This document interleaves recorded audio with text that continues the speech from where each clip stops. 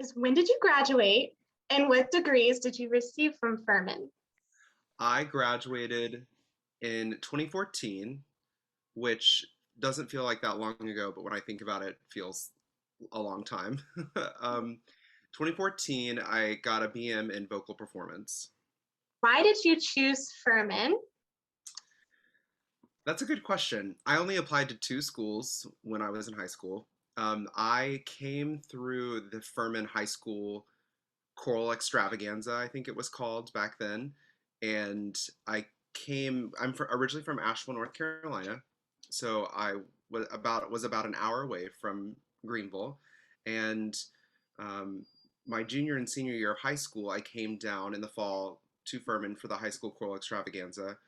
And I got to see the Furman singers sing and work with, I believe at the time it was Dr. Vic and Dr. Thomas, and uh, just fell in love with the campus from the moment that I came on. And after that, I went to a couple Furman Singers concerts in my senior year, and at that point, I was like, "It's Furman or nothing." I only applied to one other school, and if I had gone there, I would not have done music. So I knew pretty early on that Furman was going to be the place. Mhm. That's neat. That's neat. Okay, so do you remember anything in particular that shaped your career path during your time at Furman? So there were many things that uh, sort of got me where I'm going right now. But I will say that the tools that I got at Furman really helped me um, decide that I had the tools to go on and have a career in singing. Um, I was a member of Furman Singers for all 4 years and the Furman Chamber Choir. I was also in the marching band and the symphonic band, which uh, I also play the saxophone. It's not my main instrument, but I loved it. Um, but during my time at Furman, I was trying to be a part of as many ensembles as I could. I knew that I loved making chamber music, whether that be in a song recital or in a vocal quartet or in a saxophone quartet, or a larger choir. And so I really spent a lot of time at Furman sort of dipping my toe into all of these things. And I also loved singing solo rep. I still love singing solo rep. Um, but Furman really helped me hone my ensemble skills that I use on a daily basis now. And a lot of my colleagues, I can tell, don't have that background. And so I'm very grateful for Furman for that, because I was singing. I mean, as a Furman student, you're singing so much repertoire in choir and you're solo singing. If you have a church job, which I did, um, I was just learning a ton of rep and a ton of tools that I still use every day. It's good. It's good to hear from from an alum that you feel very prepared. I And definitely do. Um, I know that it's hard. I'm sure you're finished with the theory, the 2 years of theory, yes, but I found that my theory background was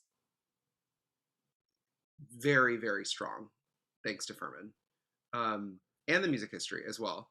Like I mhm. felt very prepared to go on and get future degrees. There were certainly things that you maybe give up if you're going to a liberal arts school versus a conservatory, for an undergraduate experience, but I would not change it at all. I felt very prepared, coming from Furman, and in a way that a lot of my colleagues who did go to conservatory for undergrad did not feel as prepared. Wow, that's great. Yeah. Okay. So what have been some of the biggest challenges of your career path? This is an interesting question. I will go back and start sort of right when I left Furman. I left Furman. I loved all 4 years. I was so sad to leave. Um, Sad to leave my friends and my colleagues in the Furman bubble that we all come Mhm. to love. Um, So when I left, I went to do my master's degree at Bard Conservatory in New York. And so I was going from, you know, middle-sized southern town, the like country club of colleges, if you will, to a tiny college in the middle of nowhere, upstate New York, where all of my colleagues had been to conservatory for undergrad. They knew how it all worked. We were all coming and like we're some of the best in our classes. And it was a very huge wake up call. So this is going back to what I was talking about, feeling very prepared for Furman. The first 6 months out of Furman, I did not feel prepared. That was the first big challenge, was realizing, oh, I've been in a very, very small music school, a very good music school, but a very small music school for the last 4 years. And how do I sort of figure out what I'm good at, what I have to say, what can I bring to a larger program? And so the first year out of Furman was very, very tough. But during that year, the best thing was I was able to figure out, okay, Corey, what do you like singing? Like you're old enough and you're wise enough to choose repertoire that you really like. What do you like to sing? And what kind of relationships do you want to make? And what kind of collaborators do you want to have? And because of that first very tough year, and I spent many a night in my like graduate dorm room sitting there thinking, I can't do this. This is so hard. I almost left at the end of my first semester because I just felt so out of my league and like a fish out of water. And I had a coach who said, um, "You," who really encouraged me to come back, and I will forever be grateful to her. Um, but because of that year, I really like took stock in what I wanted as a musician and what I was good at, and I figured out, oh, you are good at ensemble music, you are good at chamber music, uh, you're pretty versatile, and the biggest thing was you went to Furman. You're Anybody who graduates from Furman is not a dummy, so I could pick up on things pretty quickly and learn from my colleagues, sort of sit back for a little bit and see maybe what the holes were from my Furman education and learn from my colleagues. And then once I got a handle on that, I was able to take that and sort of move on into the next phase of my life. Um, so after I graduated from Bard in 2016, I moved to Boston and started a graduate diploma at the New England Conservatory. And then I did that for a year and then um, started my doctorate from NEC. And so that's what I've been doing the last 4 years. And the biggest challenge for me has been walking this line between academia and trying to finish a very difficult and time consuming degree, with also trying to keep up some sort of performing and teaching career. Mm. It has been very difficult at times, very rewarding, but trying to figure out, okay, what do I see for myself a year from now? How much teaching do I want to be doing? How much performing do I want to be doing? What do I see for myself 5 years from now, 10 years from now? Um, I've spent many a late night writing papers and then waking up at 6 a.m. to memorize a song and then, taking a snack break at 10 a.m. to like look at this piece of ensemble music that I'm supposed to sing for a funeral with like no rehearsal time in 2 hours. So finding that balance between all of those things, it's very rewarding and I love it. But that's the biggest challenge, is how do you like prioritize your own health? Like I'm somebody who has to have 8 hours of sleep every night. I know that about myself. I've always known that about myself.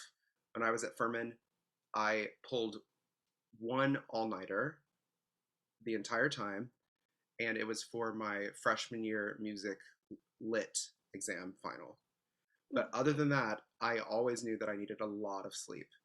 So prioritizing health and mental health as well, and then also like the amount of performing and the teaching and the academics. It's a lot, but that's been the biggest challenge for me. But I love it.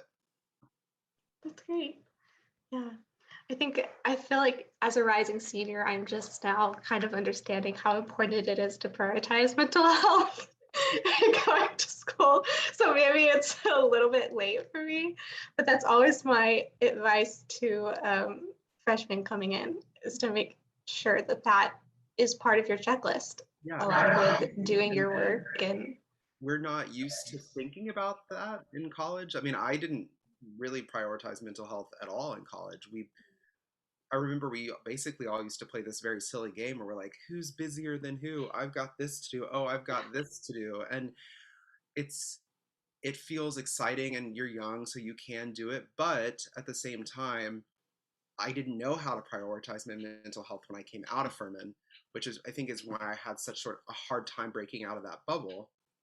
But mm, so anybody who is encouraging younger people to do that, absolutely. I think it's a huge tool that keeps keeps people afloat. And I know many people who, for whatever reason, left music after a bachelor's degree, after a master's degree, after a doctorate degree, just because they didn't know how to prioritize their physical health or their mental health with their career. And um, so I'm a huge proponent of really knowing your body, knowing your mind, and letting that be um, your sort of first priority, and then going from there. Yeah, I think it's super important.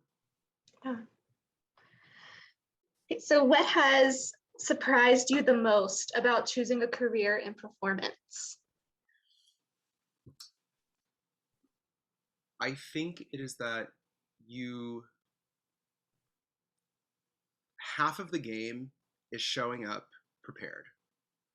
Like, take your voice out of it, take your technique out of it, just forget anything about the artistic side of things. Half of it is being in the right place at the right time, showing up on time and showing up prepared consistently, and being a good colleague and networking with your colleagues. Those are like forget anything about your voice. If you've got those four things, you can presumably have some sort of career in singing. Mhm. And that's comforting. It's also a terrifying thought. Um, Now, certainly the voice needs to be there and you need to be taking care of your voice. And I really look up to people who are, my age and 10 years and 20 years and 30 years older who are still taking voice lessons. I think that's very important to have somebody to check in with.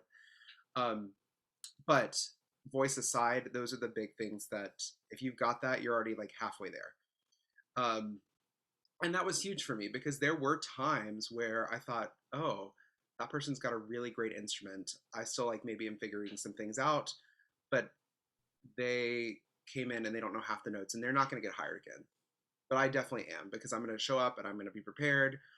Um, there have been times where I've been offered projects that I thought, I don't know that I would be able to come in and be as prepared because it's not rep that I really connect with, or it's not rep that really fits my voice well.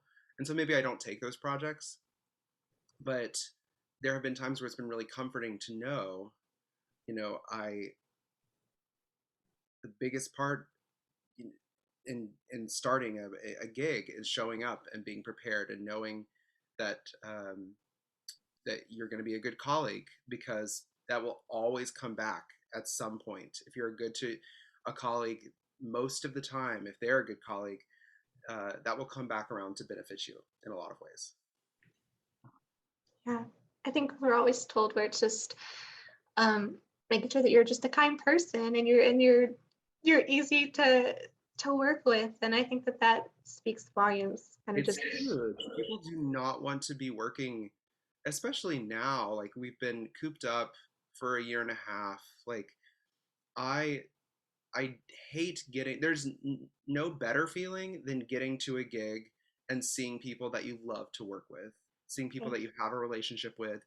It just it just sets everything up to be a wonderful working experience.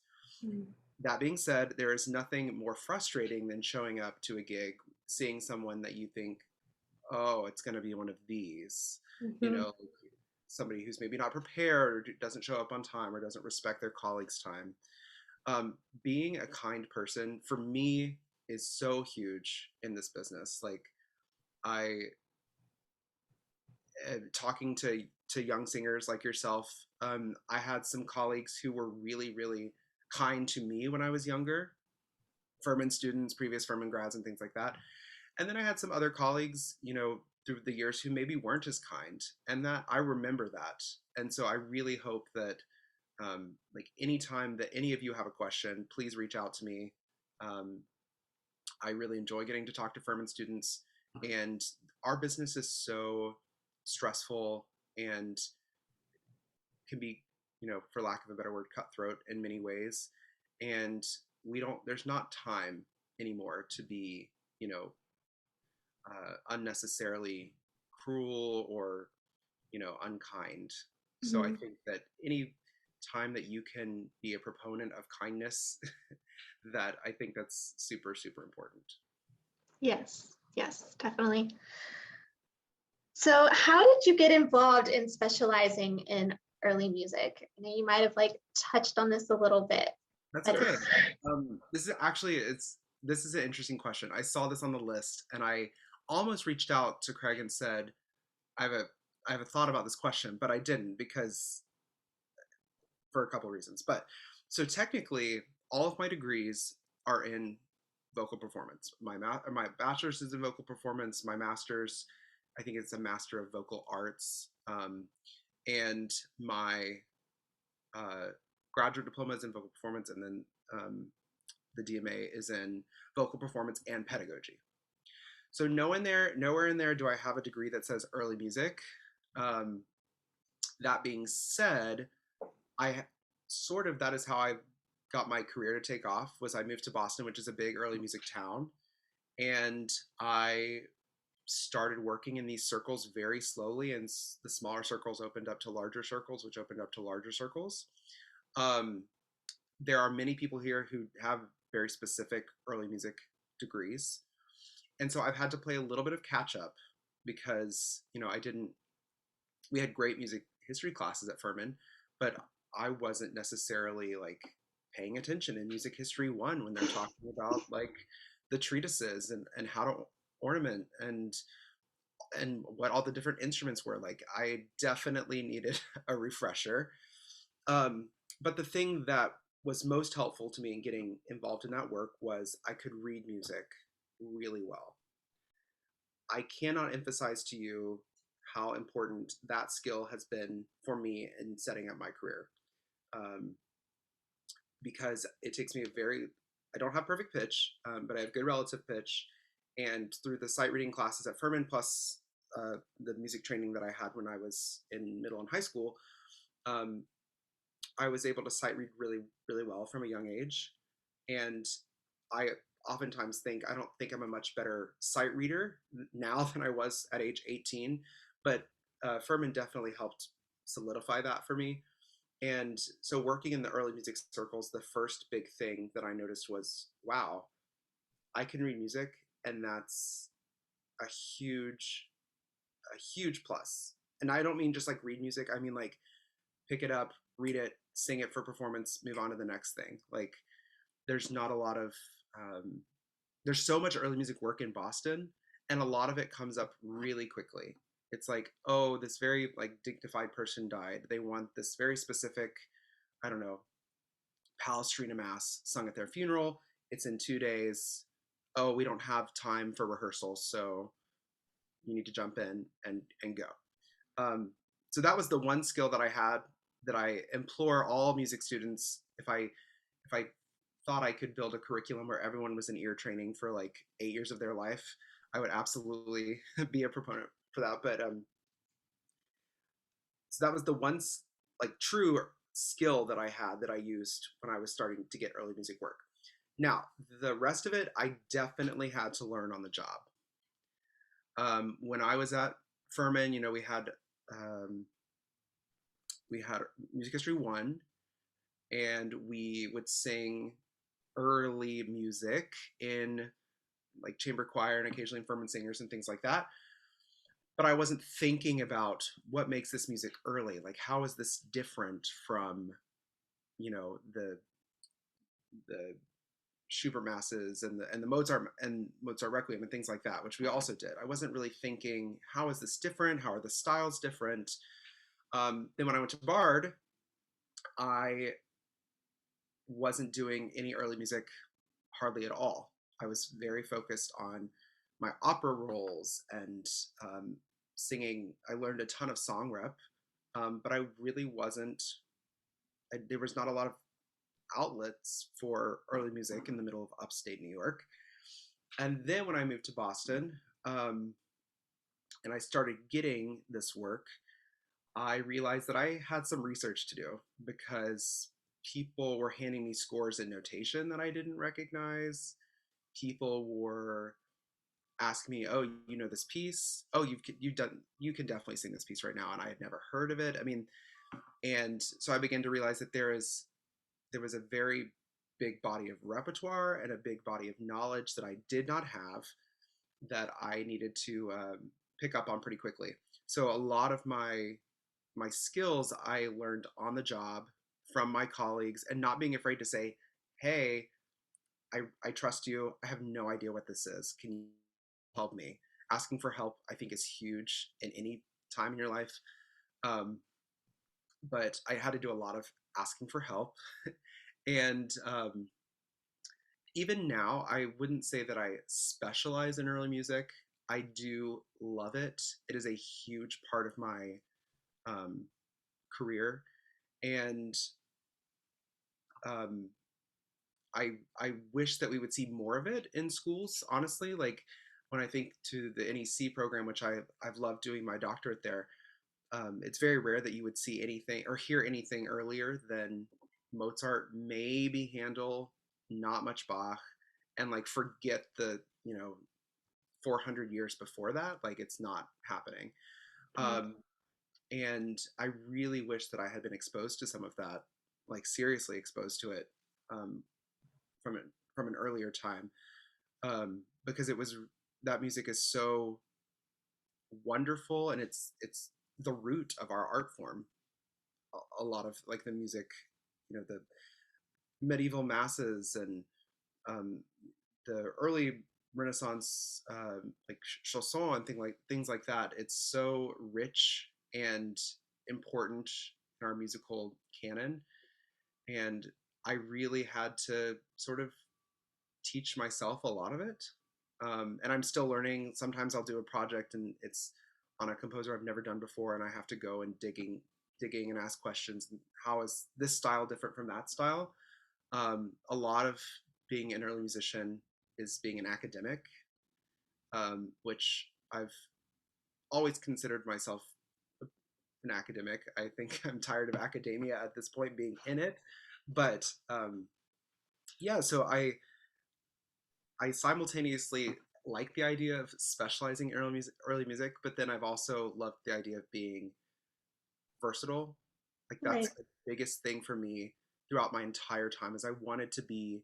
I knew I was never going to be like the next, you know, Ben Bliss or um, Grant Knox or anything. Like I knew that that was not the voice that I had. But I did know that I could learn music, and I did know that I could live in a bunch of different styles, live comfortably. And I learned, I did know that if I didn't know, I could go figure it out. Right. And so that's being versatile has helped me in get work that I never thought when I was at Furman that I would get. Yeah, that's cool. So, how has teaching been fulfilling in your career, and is it more than expected? It's it's extremely fulfilling. It is more than expected. I did not teach a voice lesson until my last year at Furman, and I took the vocal ped class, and I Mm. taught one of my good friends. She was a violin player at the time. And when I think back on those lessons, I cringe because we all have to start somewhere. But I think I was a terrible, terrible teacher. Also, had you asked me when I was at Furman, if I would be teaching high school students, middle and high school students, I would have said absolutely not. That was not a skill that I had, and I did not particularly enjoy my previous experience working with kids. Now, that being said, and that was part of the reason I knew I wanted to get my doctorate. I did not want to work in a public high school. Now, when I started my doctorate, I started teaching a lot. I was like thrown in um, into the deep end. I ran the Voice for Non-Majors program at NEC, so any music majors who were not singers who wanted to take lessons, I would set them up with a master's voice student, and I would teach myself, but then also help teach the master's students how to teach, which was interesting as well. But then I also teach for the NEC Preparatory School, and this is where I've been teaching for them for 4 years, and this is where most of my experience with younger students has come into play. And when I got my first load of like middle and high school boys teaching that first year, I was very nervous. And you know what? It has been so incredible to watch them. I've had several students I've gotten to watch over, 3 and 4 years now. And I had a student come to me and said, I really want to make my high school honor choir, like my high school's top choir. And well, first of all, he said, I want to be an R&B singer. Because I tried to ask that all of my students, I'm like, why do you want to take voice lessons? What music do you like? I'd love to make voice lessons as accessible to them. And so he's like, I want to be an R&B singer. I was like, that's great. What does that mean for you? That is obviously not my background. And he said, well, I mean, I want to be an R&B singer, but first I want to make my high school honor choir. And so we worked all year. He worked so hard. He memorized all of his music. He was like diligent about writing everything in the score, and he made his high school honor choir. And that feeling is something I had not experienced before.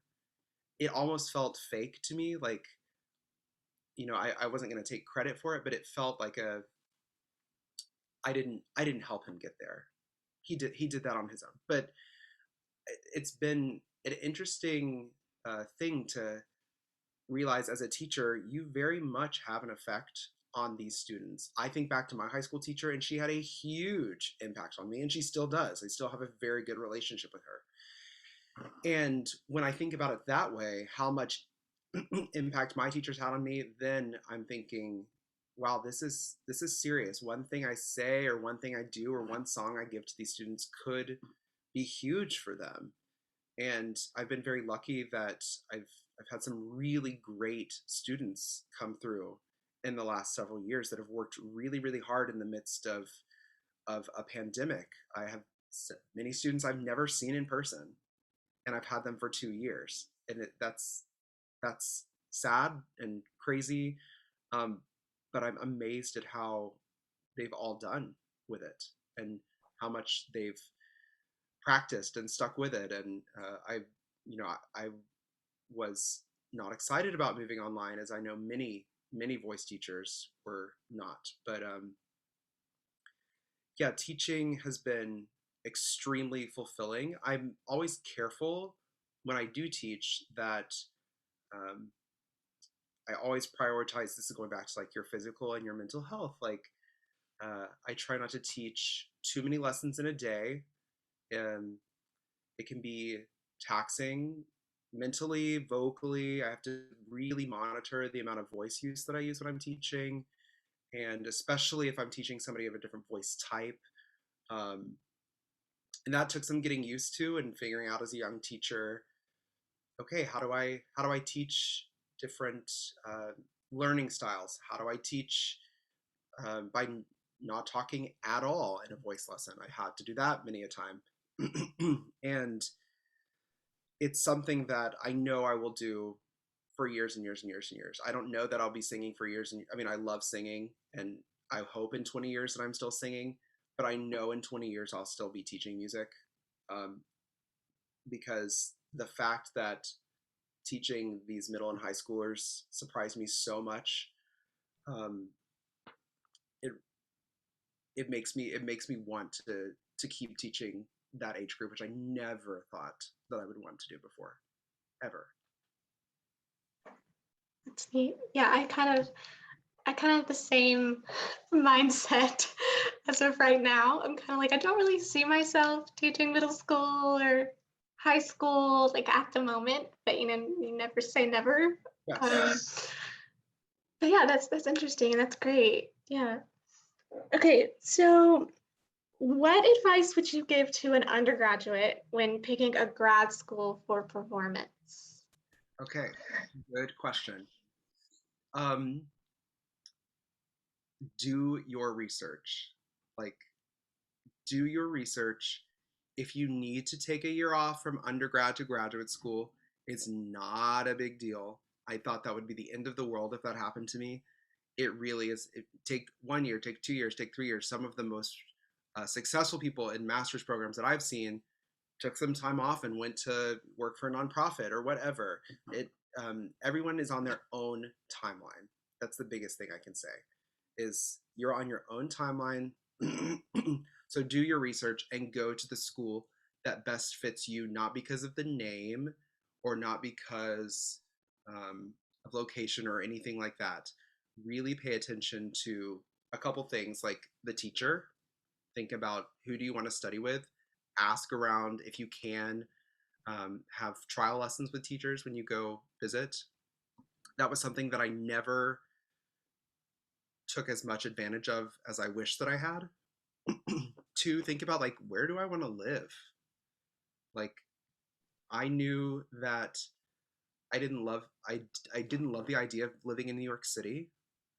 It I had spent many high school trips in New York. I knew it. I wasn't nervous there, but I also knew that it was going to feel overwhelming. So what did I do? I decided to go to a school that was like an hour north of New York City, where I came down into New York City for all of my voice lessons 1 day a week, and that was plenty for me. I loved living in the Hudson Valley, but that I think people should take that into consideration as well because you're gonna spend 2 years building a network, a community, and a lot of people stick around in those towns after they finish their master's degree, and uh, you want to be thinking about where you want to live. Um, Also, what think about does this program actually? Do I think this program is going to prepare me for what I want to do? If you want to do like some crazy new music stuff, make sure that the program has an opportunity to do that. If you're like an opera or die person, make sure that you know that you're going to be able to get a certain number of roles. Or if you're really interested in you know early music, make sure that you go to a place where they have the faculty who really know what they're talking about, and then they have the resources to bring in all these crazy early instruments and things like that. So I would say start early, start researching early. Those deadlines come around really fast in the fall of senior year, and I remember being extremely stressed out trying to prepare them all. Mhm. And so start early, research the teachers, ask your teachers at Furman for any advice that they have. Um, the Furman network is wide and wonderful. So if there are any, if there's a school that you're interested, see if you can see if there's a Furman student who's there or has been there. Because all of my experiences with Furman students is that everyone is super willing to talk to a fellow Furman student about the experiences that they've had. Mhm. But the biggest thing is everyone's on their own path, your own timeline. Um, you are paying to go to a graduate school, so you should pay to go to a school that is really going to feel like a good fit for you. And there are many different programs and many different places, and it's a very short degree. I mean, Furman in a many ways felt like a blink of an eye from freshman to senior year. And a master's degree is half that time. So it goes by very quickly. So you want to make sure that wherever you go, it feels like it's going to be a good fit. Do you have a favorite Furman memory? Oh, I have so many. Um,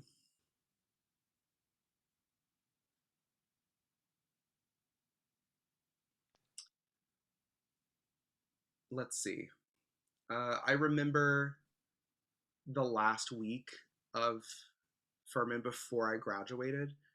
Everyone's gone except for the seniors who are waiting for graduation. And I used that as an opportunity to go and do everything one last time. Like ride my bike around all of campus, go sit in the middle of the night in the amphitheater with friends, um, go sing. I don't know why I did, but I had a key to the recital hall. So I would like go in there at 2 a.m. and sing on the stage of the recital hall. Um, spend a late night. These were all late at night, as you can imagine, leading up to graduation. But like go to and eat too much food at cookout at like 1 o'clock in the morning, or like go to Waffle House, or um, you know, what are all the other things? Like we would sit and watch movies in the downstairs theory room and things like that. So that last week was super wonderful, and I have many friends that I still talk to that we did. I can just remember laying out in the mall on a beautiful day, just eating cheese and talking about the last 4 years. I did one of the most formative things for me was studying abroad. I did study abroad, and I know that wasn't at Furman, but it was with my Furman colleagues, and that was an experience that I will never forget. And actually, this flag I got from Italy the first day that I was there, and so that was will be forever be grateful for Furman for that program.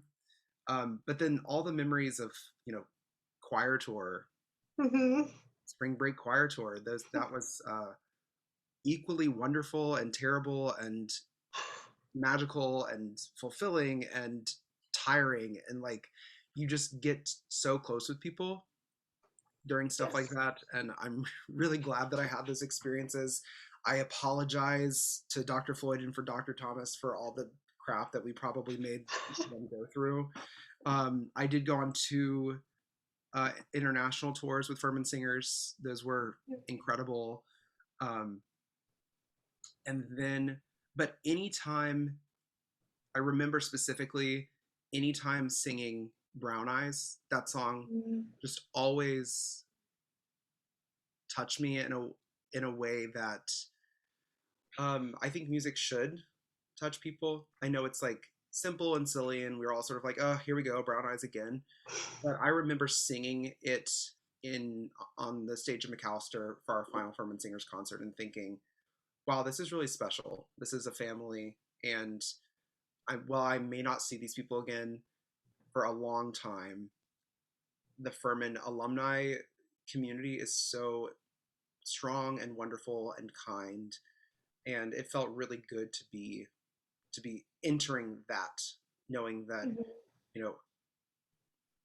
I was actually I was in the middle of upstate New York a couple years after I graduated Furman, middle of nowhere, and I was in a diner, and this man walked in with a Furman hat, and I like had to go speak to him, which I'm very much not like that. I normally like keep my head down and just not look at people early on a Sunday morning, but he had a Furman hat on, and I like had to go talk to him, and he was super friendly, and we had the loveliest conversation.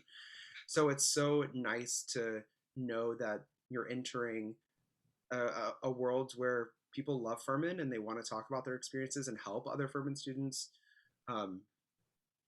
That's really like comforting to know. Yeah. Yeah, I always tell also like younger classmen like coming into Furman singers or just Furman in general, like especially the music department, just saying that like I think for me, I felt like I didn't really know anyone still, even at spring break. And I felt like I got to know everybody through choir tour. Like that's kind of when all those relationships and friendships really started happening for me. because you just don't run the same circles, everyone. Like, as you know, like you kind of stay in your little small bubble of the people you have theory with because you see them every day for music history and you all do everything together, but you don't get that opportunity to necessarily hang out with upperclassmen. So that was when you really had that opportunity. You know, you're like, well, you're all going to be on a bus together. Everybody on a bus, like a hot, crowded bus, wearing, uncomfortable clothes because you're traveling in your like suit and tie and everything. Right. You get to know people really quickly, like Mm-hmm. the good, the bad, and the ugly. Yes. Yes. So yeah, those were good times. I don't know that I would love to go on another choir tour at this stage in my life in that manner, but yeah, I really have great memories from we went to Disney World on tour. We went to DC. We did that. Oh, really? Yeah. Yes, we did Disney. Yeah, we had a great time. It was awesome. I think we're doing Nashville this year, so. Ooh, nice. Yeah, it should be fun. Somehow make it up to Boston at some point. I would love to see. Yeah. It's quite a trek. I don't know that I would want to be on a bus for that long, but there are a lot of Furman students in Boston, actually, a lot of Furman alumni. So you all would have a strong audience if you did come. Yeah, I definitely will have to mention it to Dr. Floyd. So what would be advice that you would, okay, wait, let me rephrase that, sorry. What advice would current Corey give to Furman student Corey? Oh, just chill out. Like, calm down. Everything at Furman feels like a big deal. Like, I'm in 830 theory. I hate 830 theory. Like, or, I didn't get this. I didn't get in this ensemble. I didn't get this solo. Or I didn't get in this class or whatever. Just calm down. Know that it's okay to make mistakes in undergrad. Like, make the mistakes then so you can learn and not have to make those mistakes later. The biggest thing I would say is just enjoy it, experience it. Don't get too tied up in, what didn't happen or what didn't work out, because in like 2 years, 3 years, 5 years, you're not going to care. It's not going to matter. But really begin working on fostering the relationships with the people that you want to have continuing relationships with, because like I said, those will pop back up in the future. And that's the thing that really carries me through this profession. It's not like the music is wonderful and it's nice to have a career in the arts, but it's really the people for me and getting to make music with my colleagues. And so that's the biggest thing I would say is like, Corey, stop freaking out all the time. Stop trying to be busy. Stop making yourself busier than you need to be. Do your work, make those connections, make those friendships, begin thinking about the kind of artist that you want to be, but also like go to other people's concerts, like just expose yourself to so much music. I remember being a Furman student and being very like scared and uptight and worried about what people thought of me, and like I get it that we all go through that, and I probably was quieter than most, but yeah, I wish that I had sort of allowed myself more freedom to just enjoy Furman and experience it and not be so conscious about doing everything right, because it's just not going to happen. As much as you try, it's just not going to happen. I think it's amazing. I think I was talking to Mrs. Barksdale just like last month. I did research with her over the summer. Nice. But how different I feel like I am even now when I started college. Kind of similar to what you said, just very like, this has to be perfect, just try. And I'm still kind of like that to a degree. I feel like some part of that never fully goes away. But I definitely have realized that like some of those things are just not worth stressing over. Right. or losing sleep over, or like it's really not, and that it's really going to be okay. And I think part of that was theory for me, because that was not my strongest thing. So I think I worried a lot about that in the beginning. Um, but even with that, like I even tell younger class or not, this seems like a major like moment in your life. But like when you look back, like even junior year, even after 1 year that it's passed, it feels like forever ago. I know. I know. So It's funny that I you asked me like advice, very practical advice is like if you can don't forget everything about theory once you leave. Like do if you keep playing the piano, like keep teaching like force yourself to keep playing. It's a skill that I think every singer needs and should have way more of. It's been very, very helpful to me. I took piano lessons at Furman, and I'm not a great pianist, but um, it's been really helpful in my teaching. So definitely keep that up. Um, you know, take a like cool electives, because if you go on to a master's degree in music, the chances of you getting to take like I took a philosophy of food class at Furman, and it was amazing. And um, the chances of you being able to take something like that when you go to a master's degree are pretty slim. Um, and and I guarantee that the skills that you learn in those other liberal arts classes will absolutely help you when you leave.